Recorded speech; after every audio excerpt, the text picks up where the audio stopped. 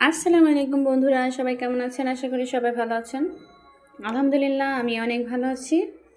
তো আজকে আমি রান্না করব কাচকি শুটকি দিয়ে পুঁই শাক। তো আমার কাছে খুবই ভালো লাগে কাচকি শুটকি দিয়ে পুঁই শাক রান্না করলে। তো প্রথমে আমি রান্নাটা শুরু করি। বন্ধুরা দেখেন কীভাবে আমি রান্নাটা করি, আপনাদের সাথে শেয়ার করি। আমি প্রথমেই কাচকি শুটকিটা আমি ভালো করে ভেজে নেব। পেঁয়াজ আর কাচকি শুটকিটা আমি ভালো করে ভেজে নেব।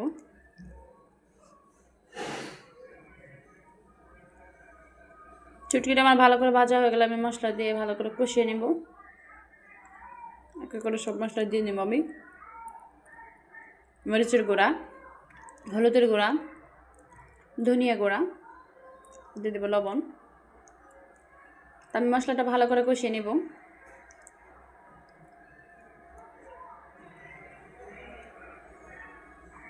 মশলাটা আমার ভালো করে কষিয়ে আসলে আমি পুঁই শাকগুলো দিয়ে দেবো।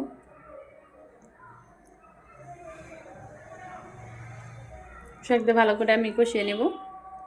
আমি সাথে একটা আলু দিয়েছিলাম। তরকারিটা আমার ভালো করে কষে গেছে। আমি একটু ঝোল দিয়ে আমি তরকারিটা রান্না করে নেব।